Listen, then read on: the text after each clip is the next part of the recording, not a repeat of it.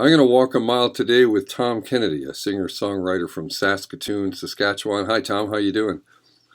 Oh, good, Joe. Yeah, well, thanks for making the time for me today. I'm in receipt and have listened to a number of times your collection of original songs called Eclecticism. I wonder if you could just give me a little background about the actual title itself. Well, it just fit as far as I was concerned, Joe. You know, I'm kind of an eclectic guy. I like different things. And when I put the songs together, I kind of had this thing in mind where I didn't really want them to sound similar. And so I really tried hard to get sort of different, approaches and different sounds and whatever else. And so eclecticism fit because it was kind of like a little bit of everything. It's kind of all over the place. Yeah, so not just a variety of themes throughout your songs, but musical styles. Exactly. Yeah. I mean, so many influences that you have these days, and I was kind of going back to the idea of it being kind of a folk album, but with a countryside and maybe a little bluegrass, and it kind of got to the point where there's a little bit of everything in there. Yeah. So, yeah, talk about that. So, if you were going into a record store and you were looking for a Tom Kennedy CD, what bin would you look in? Oh boy, that's a real tough question. I'm guessing it would probably be either folk or alternative folk or alternative acoustic, that kind of thing. Yeah, yeah, I think that's a good fit. So, now this is your first recording? Yeah. Yeah, but you've been playing and singing for a few years. Oh, forever, Joe, it seems like. I started playing in high school in bands and through university, and then I kind of picked it up a little bit later in life, and I played with a bluegrass band and a country band, and uh, then I kind of got to the point where I wanted to kind of do my own thing, and I started writing a little bit, and I kind of liked it, so I just kind of kept going. And once I had accumulated, enough songs, I kind of thought, you know what, I got to put this on a CD. So that's kind of where that CD came from. What age were you when you started writing? Well, I started writing when I was young, like kind of more poetry, that kind of thing. Yeah. Mm. I was an English major, so obviously words were important to me. And then I kind of just forgot about it. And then I think I picked it up maybe, in my 40s or so, and started thinking, I should, instead of just always doing cover songs, I should do some writing. So I started slowly into it. And then I think it's probably been the last decade or so where it's kind of like, I think I want to do this more, more seriously, and I want to do some writing because I really enjoy it. So that's kind of how it happened. Yeah, well, I had the great good fortune of meeting you at the Saskatoon Songwriters Group, so that was pretty cool. And one of the things that I noticed was you have a relatively unique guitar style. Well, I played the guitar for a long time. I started out as a bass player, Oh, and hmm. then I switched into guitar. And then when I was playing bluegrass, I was starting to get into a little bit of things like mandolin. Yes. And when you play a mandolin, of course, it's got a completely different tuning, and it's kind of got some weird. You can make some really weird chords out of it. And I started translating that a little bit onto the guitar. And all of a sudden, instead of just regular chords, I was starting to add sort of I don't know what you call them, loose notes, and so they were kind of funky sounding, and I started liking it. So I started getting more serious about putting those kinds of sounds onto the acoustic guitar, and I think that's what you're hearing, Joe. Yeah, yeah, yeah. I definitely heard some intricacies for sure. Now, were you playing a baritone guitar at one point? Did you mention baritone? You have a baritone? Yeah, fellow in Saskatoon, Daryl Pura makes guitars, and Daryl has an eight. No, wait a minute, I got to get this right. I think it's six, eight string, eight string baritone. So he's doubling up a couple of the inside strings, and so yeah, I was playing that, and I started playing that. Oh, I don't know, maybe 5 6 years ago when I bought it from Daryl, and really unique sounding, and it's got that jingle jangle of a little bit of the 12 12-string string, yeah. rickenbacker kind of a thing, and it's also got that kind of low voice or lower voice. So I really really enjoy doing it, but I can't play it on every song, so it's just kind of a once in a while thing. Right, yeah. Well, you know what? Your mandolin playing on the CD is really, really great. It adds such a texture and a color, right? Yeah, thanks. I wanted it to show up on the CD. I wasn't quite sure, and it was kind of I don't necessarily need to have a mandolin song, but I want to have little bits. So Terry Hawkins and I put it together, and Terry did sort of the electric stuff, and then when I got into the acoustic stuff, I thought, here's a spot where the mandolin might work, and yeah, I enjoyed doing that. Yeah. So now you described the music as eclectic, and it's definitely there's a range of styles that ranges, from folk to, even kind of a hard rock kind of edge at the last song. I'll never be that strong again. Yeah. Yeah. But now talk about some of the subject matter of your songs. There seem to be a couple of thematic links. I know change is a big element. Yeah, for sure. If you'd like, I could kind of go through the Yeah, CD sure, and sure. Well, give you a yeah, well, feel like, for it. talk about preposterous notions as an example, as a starting one. Well, it has a bit of a funny background because they have a bluegrass festival in Saskatchewan called Northern Lights Bluegrass. It's up at the Ness Creek site, and they for years now have had music camps. So you go and you can learn how to play guitar and mandolin and a few other things. It's really cool.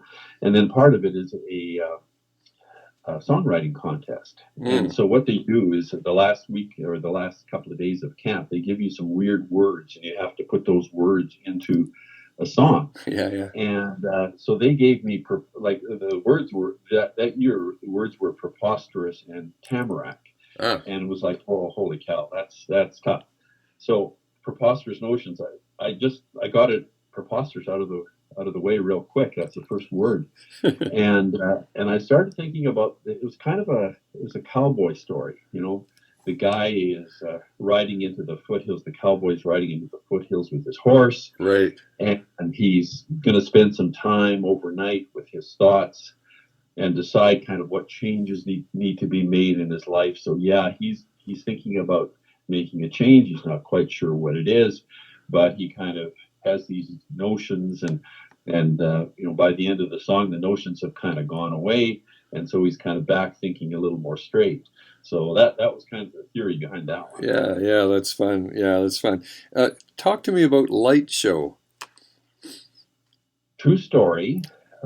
Friends have a high rise in Saskatoon, and they invite us every once in a while to come up and watch the fireworks in September. And so we went out on the balcony. They're about 11 floors Yeah. up, and the fireworks start to begin. And we're all watching having a glass of wine, watching the fireworks. And by God, to the left of the where we're perched, a thunderstorm breaks out. And so all of a sudden you're seeing this lightning out in the distance on the left-hand side of the balcony, and on the right-hand side you're watching the light show from the fireworks. So it's kind of like, okay, which one do I watch? They're both pretty Right. good, maybe both of them. Yeah, So yeah. God was kind of that teasing you, I think. yeah, yeah. So it was weird. It was kind of like I've got a lot of nature themes, and it was kind of like, okay, nature saying, well, yeah, you got the fireworks, but I got something here too, so watch Yeah, that. right. Yeah. See. Oh, yeah. I can show you this. Exactly. Yeah. Of course, you've got relationship songs here too. You've got one song called "Less Than a Friend." Yeah, and that one kind of came from a friend called Mona. Well, Mona Goodwin. She's on Oh, the okay. Yeah. radio. Yeah. Anyway, Mona one night at the Bluegrass Festival says, I'm kind of listening and sort of not paying much attention to anything else, but she says something like, well, yeah, that was very very much less than her friend, the way she treated you, or blah blah blah. And I kind of thought, less than a friend, that's that's a kind of, you know how Yeah, songwriters are. They grab a word here or there. That's sure. not a bad idea. So again, songwriting contest comes up. I write less than a friend, and it's kind of like, okay, that works for me. And then, I got that line in the thing about shadows whispering in the background, and that kind of almost adds like a Stephen King kind of a Right, thing to it, where it's kind of like it's a love story. It's gone bad, right. but there's kind of another component in there. So Yeah, yeah, had yeah, fun with that one. yeah, nice. I enjoyed the wind chimes as well. That must have been a kind of a fun song to do. You know what was again another story behind that one. There was at Cypress Hills, they have a house that they use for sort of an artist retreat. And I was there in a sort of a windy October, stayed for about, I think 10 days or something like that in this house just by myself and all the instruments. And I was trying to write some songs, and they were, struggling with it a bit. But on a windy day, I opened up the door and you could hear the wind chimes outside. And it was kind of like, holy cow, like they were going crazy. And later on that day, I think I sat down and I thought, how the wind is kind of, it can be really subtle or it can be like super strong, Right. and it can carry a delicate fragrance, or it can kind of blow your house down. So it's a little bit of everything. And now we're kind of getting into harnessing the wind, which was kind of cool. And so I just kind of combined that, and the song itself has chimes in it. Terry found some wind chimes, so Right. he actually put it onto the CD. Yeah, nice. Yeah, yeah. It sets the tone for sure. Yeah, kind of. Yeah, Yeah, yeah. Now, unintended baggage. What was that all about? yeah. Well, it's a bad pun, is what it is. I we did a lot of traveling in the last few years, and of course, every time you go to traveling, you hear that announcement about unattended baggage. Will be picked up by security and blah blah blah. You Right, hear it like 1,000 times, right. and so I just kind of started thinking one day, well, okay, unattended, I get that, but how about unintended? And Yeah, we right. all kind of have unintended baggage, and so this guy, has this adventure in the airport, and thinks that everything's going to go fine with this gal, and then he realizes, well, okay, maybe she isn't what I thought she was, and she has to fly off to Spain anyway, so I'm not going to see her again. But I live to try another time, so that was kind of the thought behind that. So, like I say, it's a bad pun, terrible pun. That's good fun. Now, I'll never be that strong again has a pretty serious tone. Yeah, kind of the rocking version of the relationship that starts out like a bonfire, fizzles out just as fast, and how it kind of takes a lot out of you. And I guess it's kind of sometimes, well, I just kind of felt I needed something a little rockier, and that was actually the first song that we recorded. Oh, no kidding. Yeah. So yeah, I think Terry thought, okay, this is all going to be rock and roll, and then I kind of disappointed him by doing all the folky stuff. But it was fun to put together, and it was kind of like, yeah, like I'll never be as strong as I was at the start of the relationship, and oh well, that happens. Yeah. So now talk a little bit about the relationship between you as the singer-songwriter and Terry Hawkins as the producer. Did the songs musically unfold, or did you have a really clear idea of what you wanted to do when you started?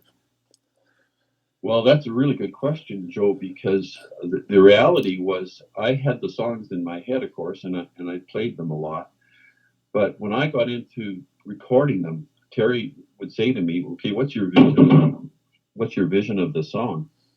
And I would say, "Well, I'm not 100% sure." And he would say, "Well, what kind of instruments do you see playing on this?" And I say, "Well, I don't know, maybe piano, electric guitar." And I kind of went through it that way. So I was kind of more on the organic side, and Terry, I think, was trying to sort of pull out of me where we were headed. And so, for whatever reason, it kind of worked for us. But I learned a lot from that, and I Yeah. learned that as a songwriter, you have to have a pretty clear idea about what you want to say, and you might even have an idea about what you want to hear in terms of outside instruments and all that stuff. And certainly, I think if I'd have had a big budget or something, I might have said, "Well, I really want a steel guitar here, and something else there." But I think I was kind of focused on, I want to get this done. It's Christmas time. I want to get this done. And, I'm thinking this is something for the new year kind of thing. So I think I was more focused on just the reality of making it happen. Right. But I wouldn't do that again, Joe. I would spend much more time on the sort of thinking about the whole process. Yeah. Well, of course, the doing it once and going through the process, it informs the next time you're going to do it, right? So, Oh, for sure, for sure. So I really did learn a lot, and Terry was great. I mean, he would just kind of roll with the punch, yeah, and that's what I needed at the time. right. But now that if I had to go and do the same thing again, we'd spend much more time on it. Yeah. So now, what kind of a songwriter are you then? Are you one of these people who says, "Well, I'm going to be writing every day," or do you wait for an inspiration or an idea to stimulate the songwriting process, or how does that go for you? It's a tough one because everybody's different. Like for me, sometimes it's a doodle on the guitar that it's like, oh, that's a nice little nice riff or something. And past few years, that song came out of just a guitar riff. Yeah. And so I kind of thought, well, like sometimes it's like, okay, I should really write something. I haven't written something for a while, and it'll, something will come, but it won't turn into anything. Or I'll write it down, or I'll write a bunch of titles, or a first line. Right. And so what I tried to do with these songs was to have a really strong first line, and then kind of go from there. So I have a sort of a gathering of first lines that I might be able to use. So Yeah. the answer is there's no one way. Sometimes it's words, and Yep. it kind of propels me to tell a story, and sometimes it's just kind of a little guitar thing that says, I like that chord progression. Maybe I could do something with it. So a little Yeah. bit of both, a little bit of everything. Right. Right. So now, how would you characterize your experience in the studio versus performing live? What's your preference? Oh man, if I could bring Terry along to everything and have you on drums, that would be terrific. Because I played in bands so much, Joe, that I really miss the extra people and I miss the Yeah. extra sounds. And I try as much to kind of fill in with the guitar or the mandolin or whatever. But to me, it's always kind of I'm hearing other people with it. So I always encourage people to play along or Sure. pick up a bass line or something because performance for me is it's kind of it's there and I enjoy it and I like singing songs for people and getting their reactions. But at the same time, there's a part of me that says, where's the rest of the guys? Right. Right. But now you seem pretty comfortable on stage. Yeah, it's just I would say it's just familiarity. It's just the fact that I've done that with a number of different bands and whatever. And I don't know, the thing about folk music that I always like is that there's always such a good story behind these songs. Right. And so I kind of want to tell people a little bit about the background without it turning into a novel, but Right. it's Right. kind of like yeah, it's a part of the process, I guess, for me is that I need you to know a little bit about this before I just launch in. Right, right. Yeah, I think that's always, and I think people appreciate that too. As long as you don't go on and on and on. But like, I sure like it. yeah, I like I it when a mean, songwriter does that. Yeah, yeah, for sure, it's kind of a part of the night or whatever that you're listening to. sure. So, who are you listening to these days? Uh, there's a band out of I think they're Seattle. They're called The Head and the Heart. Have you heard of them at all? No. They're kind of an interesting. They're rocky, but they're kind of folky. They're a little bit of both. So I like their music. I really like people like Sarah Jarosz, Sierra Mm-hmm. Hull. So they're bluegrassy, but they're kind of more songwriters than just necessarily people that can play the mandolin or whatever. Right. I like Chris Steele and all the stuff that he does, kind of same idea. Yeah. So I'm kind of into, I would call it alternate acoustic is Mm. kind of my thing that I'm listening to these days. And every once in a while, there'll be a song that might pop out that I like, but I'm very heavy on the acoustic side these days. Yeah, yeah. Well, that's great. Who would you say has been your primary influence? the Beatles. Oh yeah, You yeah, know, I have a bunch of Beatle posters in my basement here, yeah. but it's just kind of like, you know, when they showed up, I was, well, I can't remember how old I was, but I was just a kid watching a black and white TV, Right, and they showed up and kind of like everything else changed. The, right. the world the world changed. I needed a guitar. Yeah, I yeah. wanted to do that. Like me and 50 million other people. Well, listen, we've just about walked a mile here. What would you like? Any closing remarks you'd like to make? Oh, I don't know. I guess you know, I hope that people kind of look at the or listen to the CD with the idea that there's kind of a fairly good story behind all of those songs, and I hope they enjoy it from that standpoint. So my thought is just, hey, enjoy it. Right, absolutely. Yeah, yeah. Well, that's just great. Again, we have just pretty much walked a mile together there, Tom. Wow, that was a fast mile, Joe. And you're not even tired, right? Right. Well, thanks again, and I hope to see you soon. Yes, thanks, Joe. And actually, I hope to see you maybe in your rostering gig. Oh yeah, right. Oh, that'd be great if you can make it. That'd be terrific. Yeah, I'd love to see I'd you love there. to. Yeah. Yeah. Hey, that'd be great. Well, thanks again, Tom. Thanks, Joe. Take care. You too. Bye bye. Bye.